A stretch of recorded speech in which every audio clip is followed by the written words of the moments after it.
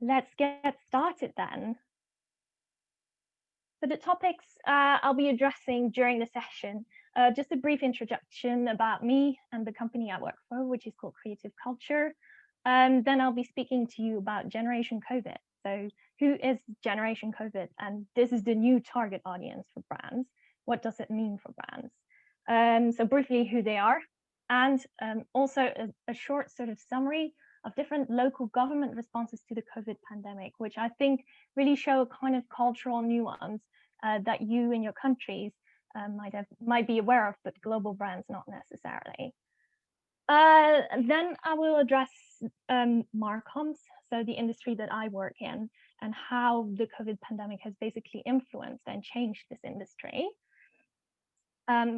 In this section, I'll be talking about how the virtual times have kind of been accelerated by this crisis. And then the core part of the presentation, human content, what is it and how can we contribute to it? I'll also be addressing brand responses to the pandemic, how have they been changing their communication, and has this resulted in ethical or unethical advertisement? And as part of this, I'll also be speaking about personalization and in particular, the contextual relevance of personalization, as there are different steps in how you can do this. So another thing that I'll be discussing as a separate topic, and that is sort of tied in with everything that is happening, is diversity and inclusion, and how we can drive change in this as linguists. There will be a section about what has escalated, localization versus racism, how far do you go, cultural sensitivity, how this is important and how you can achieve it in an authentic manner. I'll be addressing accessibility, which is something that has become more prominent as well, and gender inclusive language. And as I mentioned at the end, there will be a Q&A session. The first things first, a little introduction. So on this page, you'll see a very brief sort of recap of Creative Culture, which is the company I'm with. What we do is we help clients in their international communications. This is about creating campaigns and communications that resonate with local audiences, as well as making sure there's global consistency in these communications and the brand identity is put forward. This is a very tricky area and it's really, really fun. I get to work with linguists all over the world who all have such interesting insights to share with us, and is just a very nice multicultural environment. So I'm very, very happy that I'm part of the team there. So I actually have a language background. I studied translation studies, which has kind of moved me more towards the marcoms industry. It was something I wasn't necessarily very familiar with, but I think it's an industry that we all sort of get in touch with, and that changes so quickly that basically you sort of need to be in it to be trained on it. And this is what the kind of experience that I have growing into the account director role I'm in now. So yeah, let's get started on the first part of this presentation, which is about Generation COVID.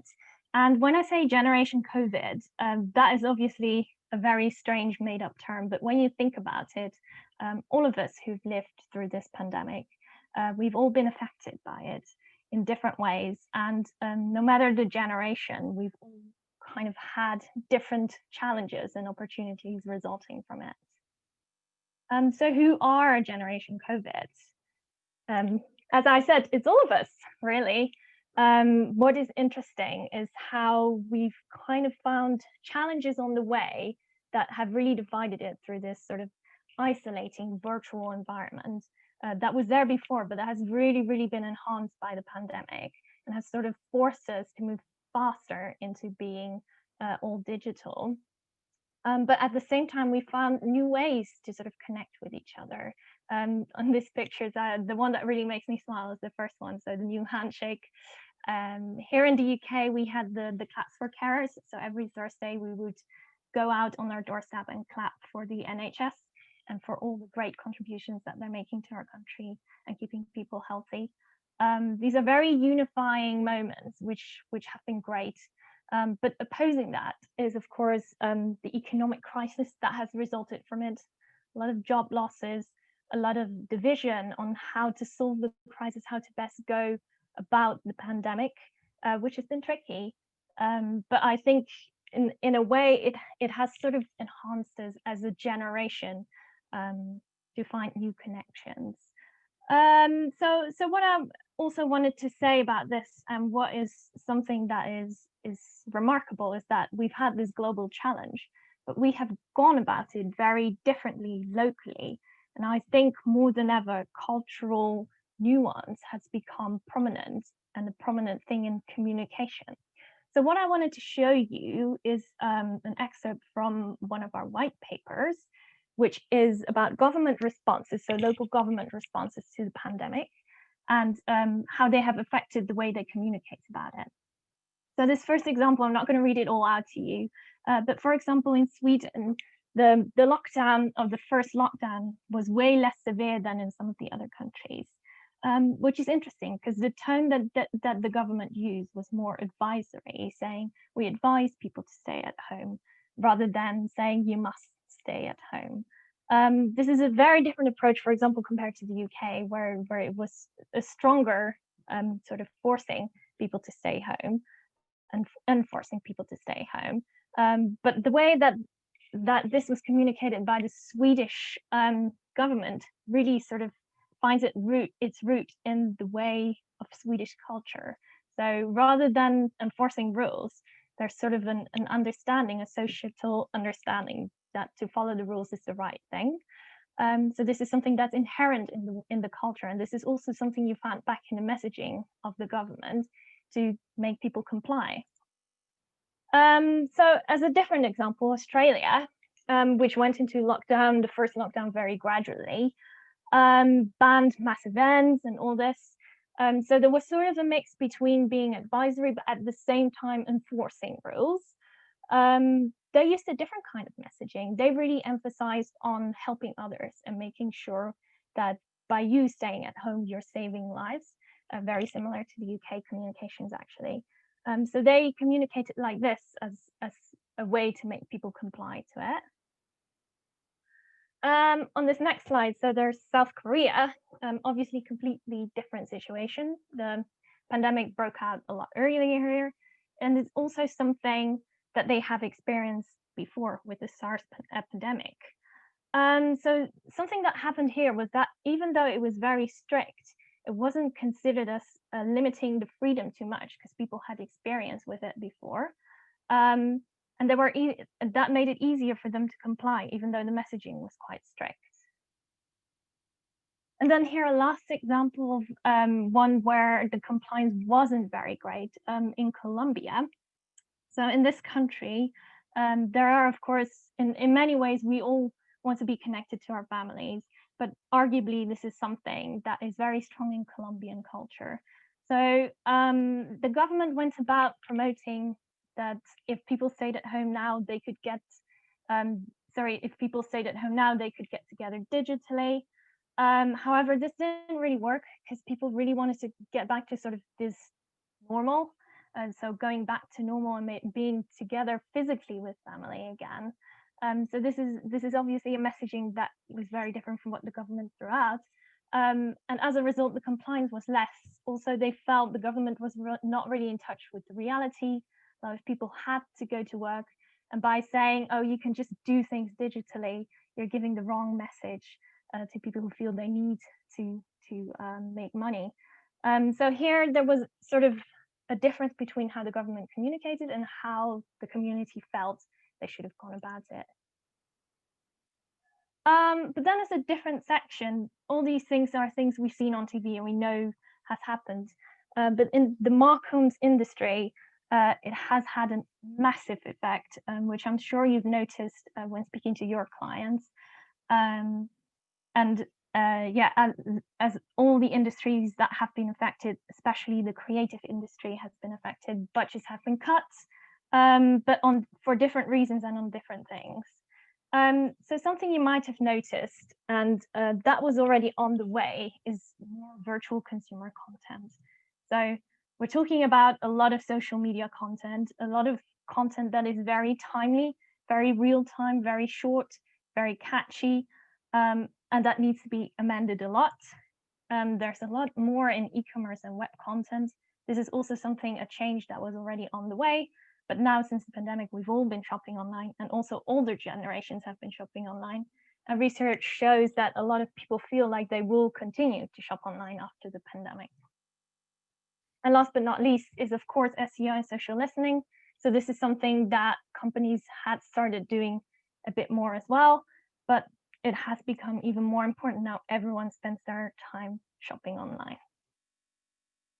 Another interesting one that you might have noticed as well is that even though budgets have been cut, research hasn't stopped, and consumer research is now more topical than ever. As behavior is changing continuously, companies want to be on top of their consumers and want to know what is changing in their emotions. So there's new ways to do research virtually. For example, we have been doing some virtual focus groups. These are things where clients really want emotional feedback from consumers. But obviously, it's not safe to do this in person at the moment. So it's important to keep this research going and find new ways to interact with consumers, for example, in virtual groups. You might have been working, if you're a translator, on virtual stimuli. Things are changing, but they're not being sort of abandoned. There's also virtual consumer interviews, some more one-to-one. We've seen them on very informal devices, which is interesting because you get a more honest response from participants. And there's also been virtual presentations. So internal presentations haven't really stopped, but it's something that we have discovered as a means to connect with more people. For example, us now, we're all on a webinar, but this is continuing in the research environment as well. Another thing that we had been doing and we are continuing to do are virtual meetings. So something you might see more often is virtual interpreting. This is something that's quite new, but just because meetings are online doesn't mean that people don't need interpreters. There are all kinds of new tools out there. You can even do it live on Zoom if needed. But it's something that clients don't necessarily consider, but it's something that can be really helpful to them. There's subtitling as well, which has really seen a surge, not just in video content for consumers, but also internal presentations that need to be shared with wider teams. Subtitling is a great way to make things accessible. And also internal engagement pieces. This is something I'll speak about a bit later as well, but just because people aren't together in the same room doesn't mean that these have sort of been abandoned. In fact, it's become more important than ever to stay engaged with your employees. So companies are really placing a very strong focus on internal marketing, if that's what you want to call it. So that brings us to human content and what constitutes human content. And I think for that, we really need to think about the target audience, so Generation COVID, and the emotions that we're going through right now to make sure that we convey the right message in a sensitive manner. So what are the emotions we're going through? Obviously, there's a lot of grief. COVID has brought a lot of death, devastation, sadness, and this is something that a lot of us feel at the moment. There is fear. There's fear for the pandemic, for getting sick, but also financial fears, the insecurity of all kinds of things in life at the moment. There's loneliness. A lot of people feel very, very isolated, and with things becoming more digital, that's obviously not really helping it per se. There's also a lot of anger and division because of the pandemic, but also underlying anger and division that has sort of become more prominent. And individuality. As a result of being alone at home, we are becoming more self-reliant, and we are also becoming more individual. So how do you sort of respond to this is the question then. So grief, a way to respond to grief, and what a lot of brands have been doing, is showing resilience. So making sure that you show there's a positive opportunity coming out of things, that there's ways to move on and that you can move on together. For fear, a lot of companies have been showing their confidence for improvement. Again, the positive message, like together we will get through this. So this is what a lot of brands have been marketing. Loneliness, so staying connected, being connected is more important than ever. So this is another thing that brands have been working on a lot. Anger and division. So this is commented best by understanding, showing you understand, or showing you can't understand, but you understand, which I will go into more detail about in a bit. And individuality, personalization. So this is another thing that a lot of brands had been working on before the pandemic already, but I think personalization in the right way. So speaking to people in terms of connections and building a relationship built on that has become even more important. So there are a couple of core values that can sort of be distilled from all these different responses, and that should sort of be core in writing human content. So if you look at grief, fear, resilience, and confidence, one thing that is so important is empathy. And with empathy, I really mean understanding, or if you're not understanding, being understanding of that. Showing that you care in an authentic manner. Staying connected has to do with authenticity. So it's not just sending people lots of emails and in that sense being on top of mind, but really being authentic in your messaging and authentic in the connection you have with your audience. And in terms of understanding and personalization, I think what's become more and more important as well is relevance and subcultural sensitivity, which is a topic I will dive into in the last bit of the presentation. So all these things are obviously interlinked. You can't have authenticity without empathy, and the other way around. But it's important to sort of always bear these three pillars in mind when you create content that is digital, but still needs to find that human connection. And all of that will result in human content. So how have brands responded to the pandemic? And this is very interesting, because I think what this pull-out quote is saying is very true, that in this time, a brand's true identity is exposed, and the way they have responded to the pandemic shows the authenticity of their views. So this has resulted in kind of this phenomenon called unethical or ethical advertising. And how far do you go? Of course, there's the current situation, and of course we need to respond to it. But how do you respond to it with the right empathy, authenticity, and relevance? So the first picture here of Popeyes, they were in the news for not so very positive messaging that they put out. They put out a campaign just, I think it was April, so at the beginning of the first lockdown for many countries in Europe, where they offered people who messaged them, who posted a picture with them, I think, to get free access to their Netflix account. So it was called Fried Chicken and Chill, which all sounds, I mean, it maybe it doesn't sound horrible at the first view, but this is a time when things were going really downhill in many countries, and it was not necessarily a time for a message like this.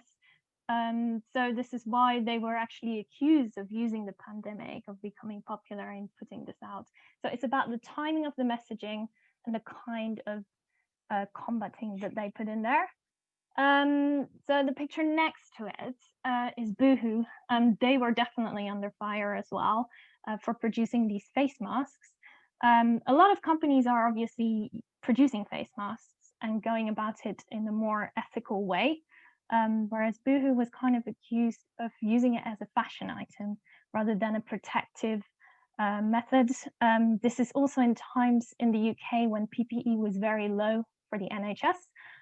So the company here should have shown a bit more empathy for the situation rather than turning it into a fashion item. The third example here is Nike, and Nike is obviously very well known for being able to put things out in a sensitive manner and being very inclusive. And I think it's not just about that though, it's also about the messaging and saying you can't stop us. So sort of that unifying element that is in there, and understanding that people are struggling, but at the same time showing we will get out of this stronger together. Okay, so how does this personalization element work in this whole context? So there's a thing that I want to sort of group under basic personalization, which is not necessarily the kind of personalization I have been speaking about so far. But when you think about basic personalization, you can think about traditional demographics, so gender, geography, all these kind of age. So the traditional ways in which we maybe have done market research. There's also things such as personal details, so someone's name, where they're from, etc. And language customs. So how do you normally address people in a specific country? These might be things that you have seen, for example, as a translator, when you have been translating content for your clients. But the problem with this is, and this is where the virtual times really come in, is that brands are competing for space and a sort of personal moment with their customers. And doing these things, yes, they make something more personalized, but it's simply no longer enough to sort of stand out from all those different emails. So how can you go about making personalization more personal? So what I would like to call real personalization. So rather than going for the traditional demographics, I would sort of advise looking at shared values and aspirations. This is something that Nike did in that app, for example, where they really go about us together. We're doing sports together. So finding sort of that connection with your customer and taking it from there and making it personal in that sense. And real behavior. So this is, for example, if you look at newsletter clicks, seeing what people are interested in and sort of linking that again to that shared aspiration aspect, rather than looking at, okay, what would normally be a purchase journey for someone looking personally into what their purchase journey is. And using language in the line with the now. So it's all good to obviously adhere to local customs, but things are changing very, very quickly at the moment. So it's important to stay on top of how things are changing and how you can help with that change. And this is something that clients will really appreciate. The example that I've put here is Netflix, which I think is an advertiser who really, really personalizes. Yes, they put the name, but they really look at what you viewed, what they think could be interesting for you. I'm not saying they're always getting it right, but I am saying that they're taking that extra step to connect with their customers on those different areas. And then as a last bit that I wanted to address is the topic of diversity and inclusion and driving change. I think this is something that also was kind of happening before the pandemic, but it has really, really accelerated as a topic. And I think it's amazing to see how much is happening within brands, but also how individuals are trying to push for this. And I just wanted to share a few thoughts about it. So what we've seen, obviously, from Black Lives Matter and other movements that have really become prominent during the pandemic, is the strong response to racism or unsensitivities. So obviously, quoting Trump here, but there are also sort of smaller groups of people who come out and who are very strongly combated by society. So we've come to this point now where people are saying enough is enough. And when this happens, we will speak up, we will voice it. Whereas before, sometimes these things would just slide. And brands right now are in a very sensitive position to go about this the wrong way. So I wanted to show you a video clip, which I hope will work. Bear with me. This is Jo Malone. So this is a perfume brand. And their ambassador here, John. What happened here is he made a video about his own childhood in London. The perfume's called London Gent. But whereas in China, they have adapted the video, so they had taken him out and adapted the video. I'll let you watch it, and I'll continue after this. Bear with me with the ad.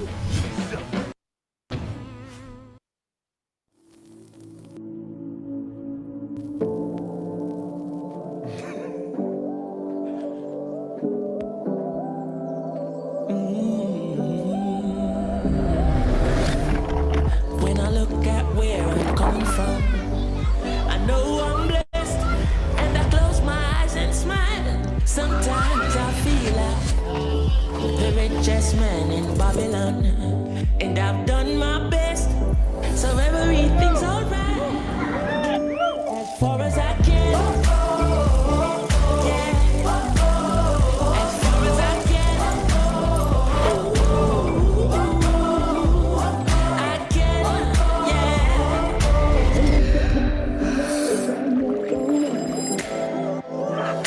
With my two hands in the air, as far as I can.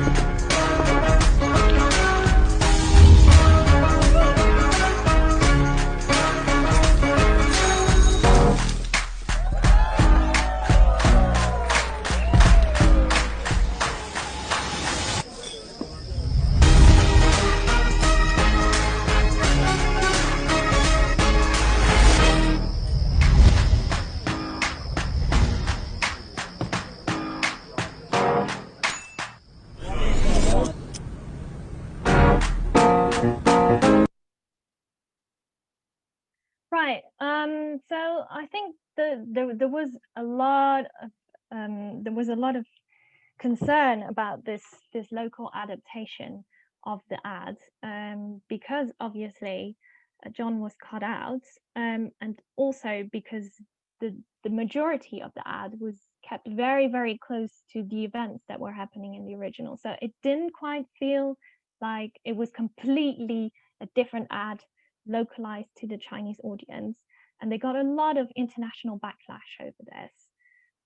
So I think there is a line, obviously, between localization and racism, and it's something that linguists need to be aware of and need to raise as well with clients when they see these things happening. Of course, it's a very, very tricky situation, but it's something that we need to be aware of and need to raise with clients. So when you look at cultural sensitivity and authenticity, I think there's several steps sort of that we can take to help sort of drive change in this area. And the first step is understanding and acknowledging that you understand, or even if you don't understand. This image on the left, I think it tells a lot about how people have been responding to Black Lives Matter and other movements. Saying, I understand that I will never understand, but standing together and acknowledging that this change is very much needed. So what results from this, and what is like an additional layer that I was talking about, is the maturity of the market. So in some markets, it will be more common and it will be more accepted to show cultural diversity than in other markets. And it's about understanding how you can have people change with you, not enforcing change, but bringing it in a way that people understand and they will go along with it. So I think for a lot of global clients, it can be tricky to understand sort of the sensitivity in the market. They obviously don't want change to backlash on them either. So it's about helping clients understand how far and how they can go further in promoting diversity and inclusion. And I think what comes with that is empowerment and authenticity. So you can empower local teams to make sure they feel they can take the right decisions according to this, which might, have happened in the ad with Joe Malone, and bringing it with authenticity. So not for the sake of being diverse, but really wanting to make the change and showing that through the way you evoke the change. And this way, you can start the change. And I've actually included another video, which I hope we can quickly watch, of an ad from Etsy, which has come out very, very recently, but does this in a very good way.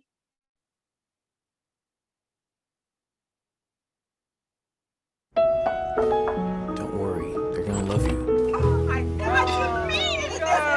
Hey, sure, I thought y'all got lost or something.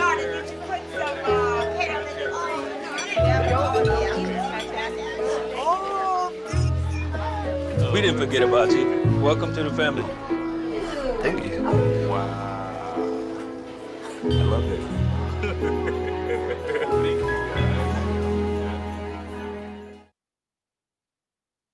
Yes, so I think what happens in this ad is that there's this very connection moment that a lot of us know. So many people think that in order to see real success from Etsy, you either have to have been on Etsy for a long period of time or you have to have tons of products in your shop. But in my experience, both of those could not be further from the truth. I started my shop with only 6 listings and pretty low ticket items that I was selling. And within a month of selling, I was making a sale or 2 a day. And after Sorry about that, guys. The video continued. I was wondering what's going on here. Sorry, I'm just going back into the presentation. Really sorry about this.